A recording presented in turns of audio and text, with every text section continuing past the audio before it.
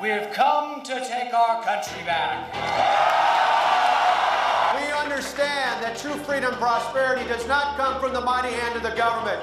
If we want to once again lead the world, it's not just about the might of our arms. It is about us making ourselves once again an example. Now is the time to reaffirm that every American, regardless of their circumstances, has the right and the opportunity to fulfill their potential. You and I, we are called to a different path. We stand up for the rights of all Americans. These are all of our stories. These are who we are as Americans. Yesterday is over.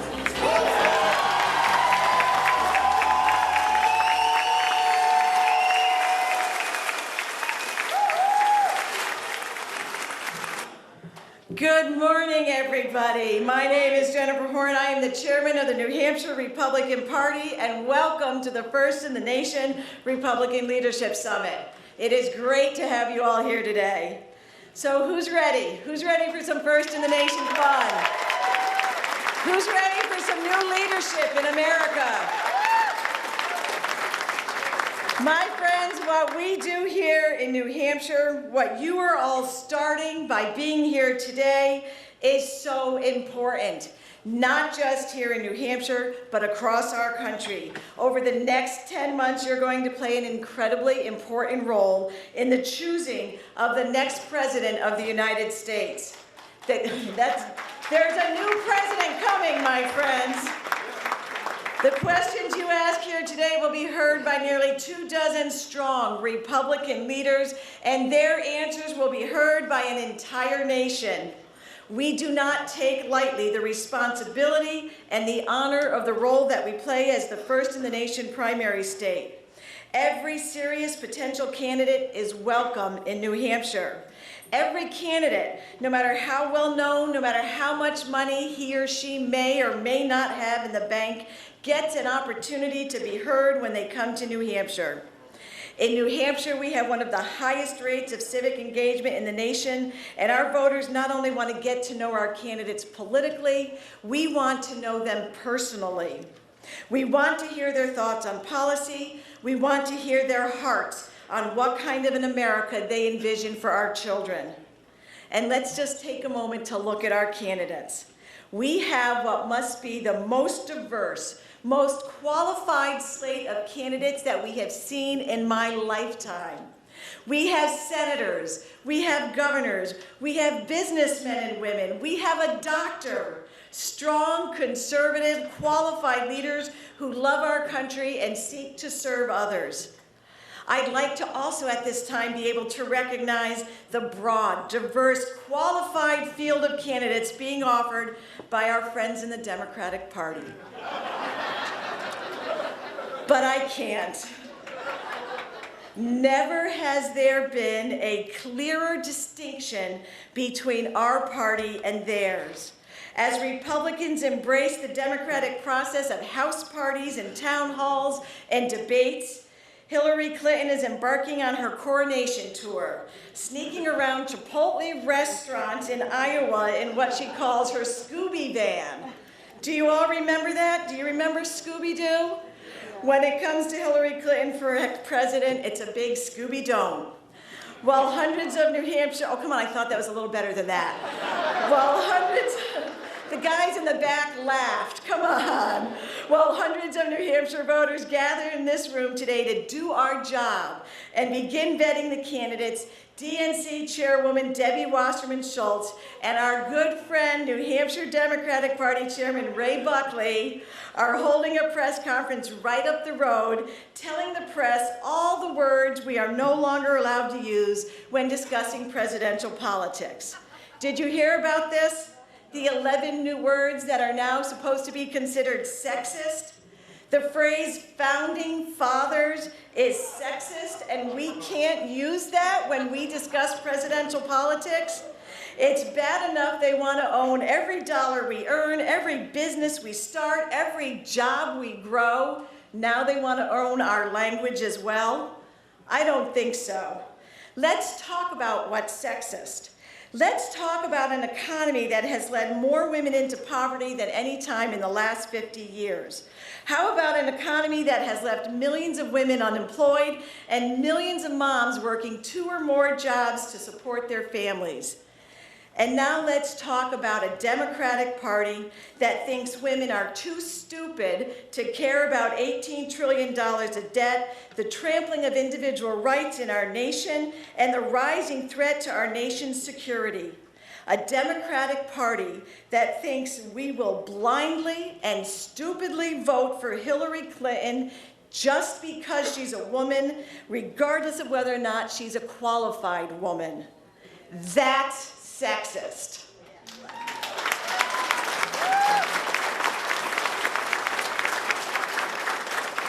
Hillary Clinton for president will be 4 more years of Barack Obama for president.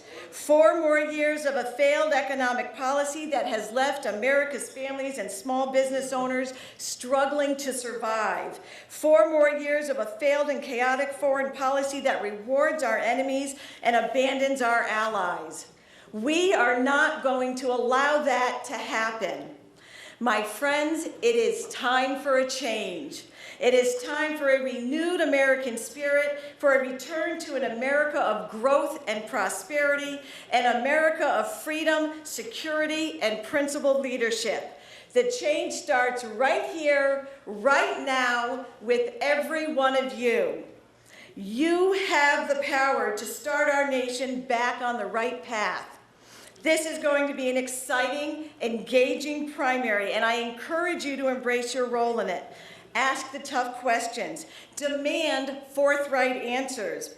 Get involved. Choose your favorite candidate and work as hard as you know how to work to get your favorite Republican elected.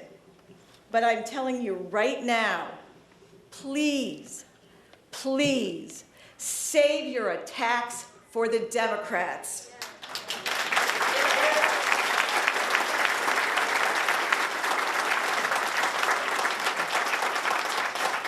Our nation needs you. Our nation needs you to help return us to principled Republican leadership. We cannot lead if we do not win. And we will not win if we do not stand together.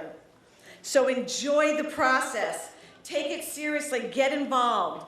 But when it's all over, I'm telling you right now, I expect every single one of you to be standing in this room the very next day next to me, ready to get to work to send a Republican to the White House.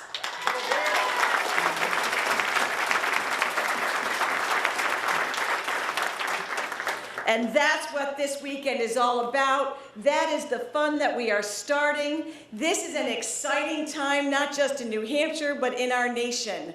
We have great days ahead of us. Our nation is great. Our nation is strong. We are not strong because of the people in Washington. We are not strong because of our politicians. We are strong because of our people, because of every single one of you and our neighbors across this country, for how hard you work, for the love you have for our country. And we are strong, and don't ever forget it, because we continue to raise extraordinary sons and daughters who are willing to go forth from our nation to protect and defend the freedoms that so many before them have fought and died for. They are fighting that fight today. You don't get to give it up. You don't get to take your ball and go home. As long as we are sending our young people to defend our nation overseas, I demand that you stand and defend our nation here at home. That's what this fight is all about. That's what we're in it for. That's why I'm so grateful there are so many of you here to be part of this today. It's going to be fun. It's going to be exciting. And like a family Thanksgiving dinner when everybody goes to Grandma's house, it's going to be crowded. Welcome to Nashua. Nashua is my home city. It's the city and the state that my husband and I chose to come here to raise our family because of what New Hampshire is all about. A great state that at one time encouraged growth and prosperity and opportunity. As we fight and get ready to send a Republican to the White House, could I ask you to help me send a Republican to the State House as well?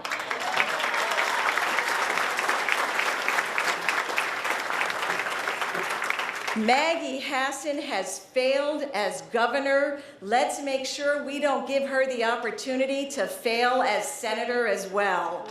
We've got a lot of important races are going to be on the ballot next year. We're looking forward to it. It is my pleasure to introduce you for our first speaker, here to give you a warm welcome to the Gate City of Nashua, the president of our Chamber of Commerce. He's been the president of that organization for 9 years. He's done extraordinary work in our community, done so much to bring folks together and help our city grow and prosper and bring new jobs to Nashua. Let's give a warm welcome to Chris Williams.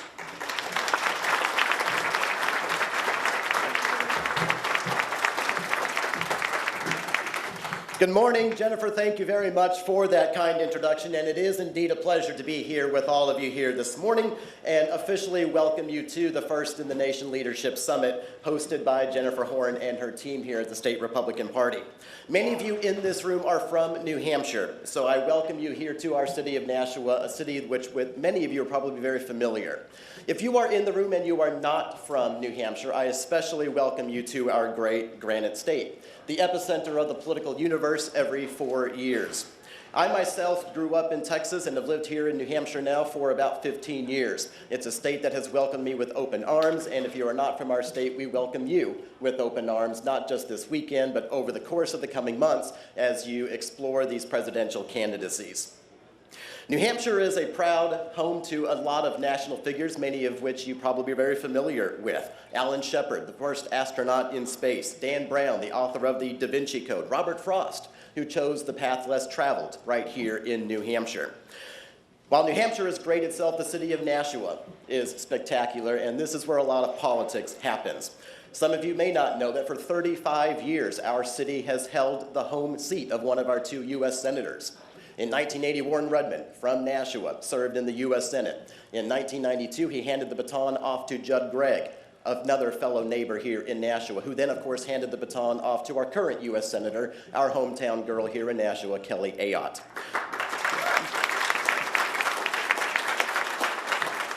Nashua is the economic engine of our state. We put over $4 billion worth of economic output through our city each year on an annual basis. And that is due to a large number of small businesses that we have here in our downtown and throughout the rest of our city. But we're also the home here in Nashua to large multinational and global companies like Dell, Oracle, BAE Systems, just to name a few. These companies, both large and small, and I, care about who holds office here in our state and down in Washington. So your work here this weekend is important, and it's being watched carefully by many of us who have to be a little bit more nonpartisan in our daily jobs, but believe me, are very interested in who is coming through this room this weekend and the messages that they are sharing. Our city and our chamber adopted a mantra recently, captured within the phrase, "Dare to Begin." We are a community here in Nashua that dares ourselves every day to think big and to act boldly. And with this mantra, we invite you here this weekend in Nashua to begin a conversation about how to move our country forward. For those considering or pursuing a run for president, we in Nashua invite you to begin your journey here this weekend by meeting with key Republicans from New Hampshire who are gathered in this room this weekend and who themselves will carry your message forward from here.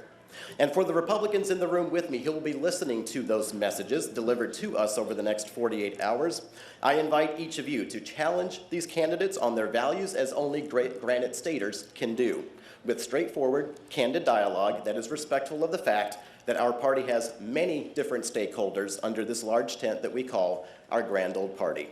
And yes, I said our party. Welcome to Nashua, welcome to New Hampshire, and please keep carrying forward the values that our country was founded upon. Thank you, and enjoy the rest of your weekend.